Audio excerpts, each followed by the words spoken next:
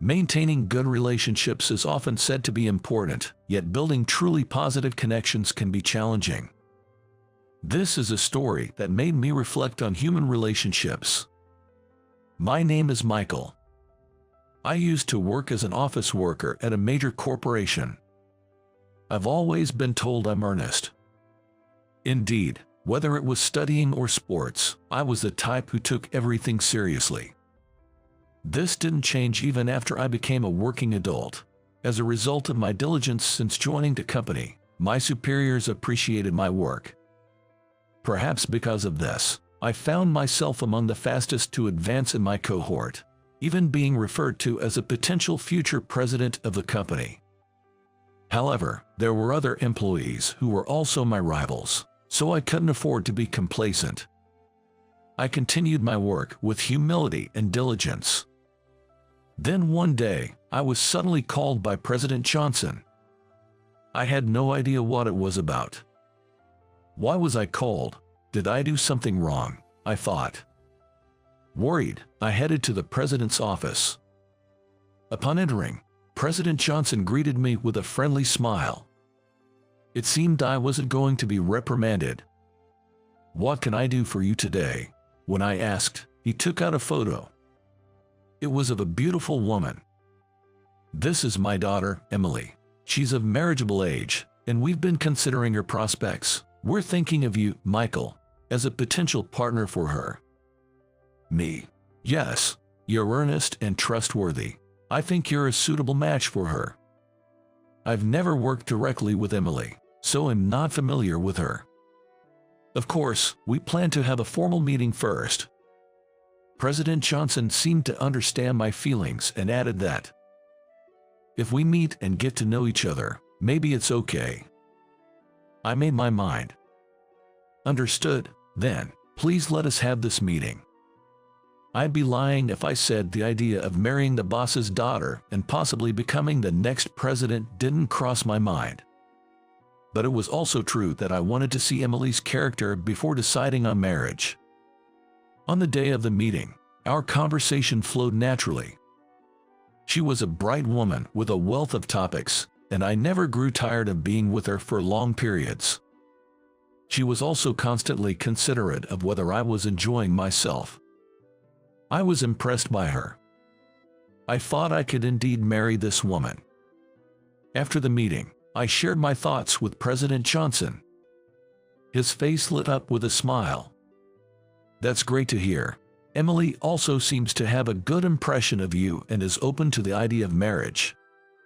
Following that, Emily and I went on several dates. With each one, our relationship grew stronger and marriage became a serious consideration. Finally, during one of our dates, I proposed. "Will you marry me? I promise to make you happy for the rest of our lives." When I presented the ring, Emily responded with a happy face. "Yes, I look forward to it, thank you." From the meeting to marriage, everything proceeded smoothly. After our marriage, the way other employees looked at me changed. I often heard that I was a shoo-in for the next president. Indeed, President Johnson himself told me directly, "I'm considering you for the next president." I made an effort to maintain a good relationship with him. Within the company, we became close enough to casually exchange words when we met. Still, if I make any mistake, I could potentially lose the opportunity of the president. I became even more serious about my work than before. Thanks to that, I was making steady progress and achieving unprecedented rapid promotions. My salary increased, and everything seemed to be going my way. Things at home were also going smoothly. Emily was an incredibly capable woman, managing household chores flawlessly. Especially her cooking skills were impeccable. She served delicious homemade meals for dinner, and on work days, she prepared homemade lunches for me. Since I also enjoyed cooking, I would sometimes make lunch for her in return.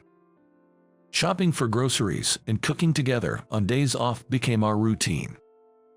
Cooking side by side in the kitchen was enjoyable, and the meals we made together tasted better than usual. It was a happy married life. As our first anniversary approached, Emily mentioned she wanted to go out for the weekend. I want to attend a fan club event for my favorite idol with Julia. It's an overnight event, so I'll be away all weekend. Is that okay? Julia was Emily's close friend from her student days. Since starting their jobs, they hadn't been able to meet often due to busy schedules. Emily always worked hard at home and at her job. I thought it would be fine for her to take a break. Sure, have fun. Thank you, I'll be off then. As the weekend arrived, Emily left with a spring in her step. Feeling a bit lonely at home by myself, I decided to go cycling. I rode my bike to the next town, and after a while, feeling thirsty, I stopped by a convenience store I found. As I was waiting in line at the register with a sports drink, a woman approached me. "Aren't you Michael?" It was Julia. "Julia, aren't you supposed to be with Emily at the Idol fan club event today?" She was just as surprised. "We didn't make any such plans, and there's no fan club event. There must be some mistake." Then where could Emily be, and what could she be doing? I became restless. Waiting anxiously for Emily's return, she finally came back late at night. "Sorry, I got carried away talking with Julia." Emily told a blatant lie. "That's a lie. You couldn't have been with Julia. I ran into her at a convenience store in the next town, and there was no fan club event, right?" Confronted, her face turned pale. "Where were you really? Tell me the truth."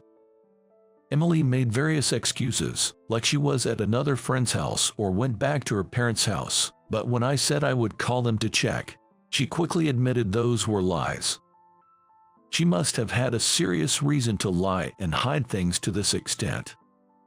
The word affair crossed my mind. What were you really doing? You weren't having an affair, were you? After persistent questioning, Emily finally seemed to resign herself and sighed. "Yes, that's right. I went on a trip with Scott." "That's unbelievable." I was shocked. Scott was a male colleague at the same company, one of my rivals for the president's position. He had always performed well, but recently, he had been rapidly achieving success by acquiring new clients. I, being in the marketing department, didn't have a close relationship with Scott since we were from different departments, but I always kept him in mind as a rival. It's unbelievable that such a seemingly serious person would have an affair with a married woman. "Let's discuss what to do from here on out," I suggested, but Emily coldly brushed me off, saying, "It's too late now, let's talk tomorrow with Father and Scott involved," and quickly retreated to the bedroom. The next day, Emily, Scott, and I gathered in the president's office. Given the circumstances, there was a heavy atmosphere hanging in the air. After I explained the situation, President Johnson's expression turned grim. "Emily, is what Michael says true?" Suddenly, Emily began to cry bitterly. "He's lying. I'll tell you the truth now." "What truth? Isn't everything I said the whole truth?" I thought. Wondering what she would say, Emily began to make an outrageous claim. "The truth is, I've been subjected to emotional abuse by Michael." "Wait a minute, don't make up nonsense." As I raised my voice in shock, Emily pulled out a notebook from her bag. "The one making things up is you. Everything you've done to me is written in here. Scott was just helping me because I had nowhere else to turn." Scott also chimed in. "I've heard from Emily.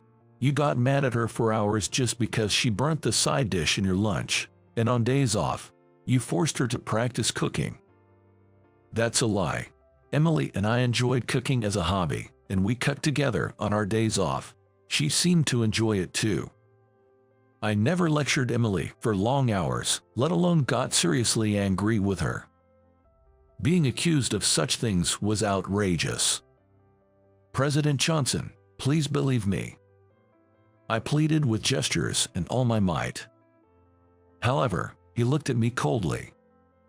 "Emily isn't someone who would lie like this. Scott has proven himself and is entirely trustworthy. It seems you're the one lying. Please wait. I have achievements just as significant as Scott's, not to mention the trust I've built with you over the years. Don't be stubborn. It takes a long time to build trust, but it can collapse in an instant. Lately, Scott's performance has surpassed yours. President Johnson looked at me as if I were something vile. You'll have to divorce Emily and leave the company. I'd sue you if I could, but I'll let it slide if you quietly step down. I wished I had evidence to back up my claims, but unfortunately, I had none. In the end, without anyone believing me, I had no choice but to accept my fate without protest. Having been betrayed by those I trusted, my spirit was broken, and I lost the will to fight. Having lost everything, I decided to return to my parents' house. My parents were very worried about their son, who had been on a fast track at his company, suddenly getting fired and divorced. Fortunately, my parents believed my side of the story. Just take it easy for a while, then you can start looking for a job, my mother said, but even after a month, I had no motivation to job hunt. I was tormented by thoughts of what all my hard work for the company had been for. My lifestyle became quite sloppy. I would wake up around noon, eat lunch, and then just zone out until dinner. After dinner, I would spend the night watching videos on my cell phone. This cycle repeated over and over. Deep down, I knew this wasn't right, but I just couldn't muster the energy to start job hunting. Losing my position at the company seemed to have drained me of my will to live. 2 months after being fired and living aimlessly, a turning point arrived. I received an invitation to a class reunion. I was reluctant to expose my current downtrodden state to my classmates, but I figured I didn't have to mention it. With nothing else to do, I thought it might be a good change of pace and decided to attend. On the day of the reunion, I put on a suit for the first time in a long while and headed out. Arriving at the venue, I was greeted by many familiar faces. As soon as they noticed me, former classmates started to approach me for a chat. "Michael, long time no see. How have you been?" "Doing good. You seem well too." As we were reminiscing, a woman joined a conversation. "It's been a while to see everyone." Seeing her face, I was taken aback. It was Amy, my childhood friend, and also my first love. I never mustered the courage to go beyond friendship, but I never forgot the times I spent with her. Her family owned a small restaurant, and she loved cooking, which is how we got along so well. I heard she had taken over the restaurant now. "Amy, it's been a while. How's the family restaurant doing?" When I asked, her expression clouded over. "I'm still running it, but sales have been declining, and recently, a skilled chef decided to leave. If things continue like this, we might have to close down." She seemed certainly troubled. Then, one of the classmates mentioned Michael used to be good at cooking, right? Others recalled, "That's right. During home economics cooking classes, it was really helpful to have Michael around." Hearing this, Amy's face brightened. "Michael, I know it's a lot to ask, but would you work as a chef in our restaurant, please?" Seeing Amy repeatedly asking me, I made up my mind. She was in a pinch, and I was looking for a job, so there was no reason to refuse. "All right, I'll do it. I was actually looking for a job anyway." "Thank you." Amy beamed with happiness. And that's how I started working at her restaurant. I finally managed to pull myself out of the rut of aimlessness. Becoming a chef was challenging at first. Cooking for paying customers is different from cooking as a hobby. The taste, of course, had to be top-notch, but the presentation also had to be appealing. I practiced repeatedly, and when Amy finally gave me the green light that my dishes were good enough to serve at the restaurant, I was thrilled. However, delicious food alone doesn't guarantee a thriving restaurant. Proper promotion to the public is essential. And that was something Amy's restaurant lacked.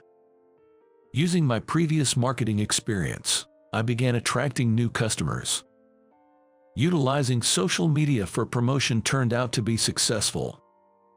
The restaurant, previously popular with an older clientele, started attracting younger customers, including some from outside the region. Sales tripled, and the restaurant's financial situation improved significantly. It's a relief we didn't have to close the restaurant that's been passed down through generations. Your help was invaluable, Michael. Thank you. Amy thanked me with genuine happiness, but I was the one who felt grateful. After leaving my previous job, I had lost all direction, but thanks to you, I found a new purpose in supporting this restaurant. Thank you. We continued running the restaurant together. However, a year after I started working at the small restaurant, unexpected visitors arrived. It was President Johnson and Emily from my former company. We went to your parents' house, and they told us we could find you here. We need to talk. Both looked quite serious. I had nothing I wanted to discuss with them, but since it was before opening hours, I decided to hear them out. What is it? Our company is facing bankruptcy due to accumulating debts. Remember Scott? He was so focused on immediate sales results that he made false promises to clients. As a result, most of our clients have lost trust in us and terminated their contracts. Emily also spoke about Scott's wrongdoings. After we broke up, I married Scott, but living with him turned out to be a nightmare. He would constantly belittle me, and when he drank, he'd become violent towards me. While it was indeed a tragic story, it was no longer related to me since I had been ousted. I couldn't find it in myself to sympathize. I understand things are tough for you, but what do you expect me to do? I don't think there's a place for a man accused of domestic abuse. Despite my sarcastic remark, both of them offered ingratiating smiles. We had considered Scott for the position of the next president, but there's been concern about putting someone like him in charge. Instead, many are advocating for you, who has always been diligent. We want you to come back. Your innocence has already been proven. Scott confessed everything. It's too late for your proof now. I responded with anger, and President Johnson and Emily deeply apologized. We truly regret what happened. The salary at our company would be much higher than this small restaurant. Please, come back to us. I was out of my mind to do what I did. I'm sorry. Surely being a president is better than working here, right? I couldn't accept their apologies. This small restaurant was something Amy cherished and inherited. Calling it petty or this place was unforgivable. Their true characters were clear to me now. I find fulfillment working here. I have no interest in the position of president or in neither of you, so please leave. Even as I firmly declined, they persisted for a while, mentioning better pay and a prestigious position, but eventually gave up when they saw my resolve. As they left, they even insulted me, saying they had misjudged me and didn't realize how small-minded I was. They were never sincere in their apologies. It was all just an act to persuade me. It was indeed the right decision not to go back to such people. After they left, Amy came over, looking relieved. Sorry, I couldn't help but overhear. I'm so glad you're staying with the restaurant. I enjoy running this place with you. No job offer could make me leave. I smiled warmly. She also said, "Thank you so much," and returned my smile with one of her own. Later on, President Johnson's company couldn't regain the trust of their clients and went bankrupt. Rumors were that President Johnson and Emily had fled in the night and were now living quietly in a rundown apartment. Scott, having lost his job and separated from Emily, he was not only struggling to find new employment but was also burdened by gambling debts. His downfall was the result of his dirty tactics to ascend to the presidency. Meanwhile, Amy and I continued to successfully run the small restaurant. We get married last year. This time, It was a union of pure love, devoid of any ulterior motives. We were blessed with a child, expecting a boy soon. There were moments of uncertainty, but I'm glad everything worked out in the end. Life will surely bring more challenges, but I want to cherish my relationship with Amy, who stood by me, and our son.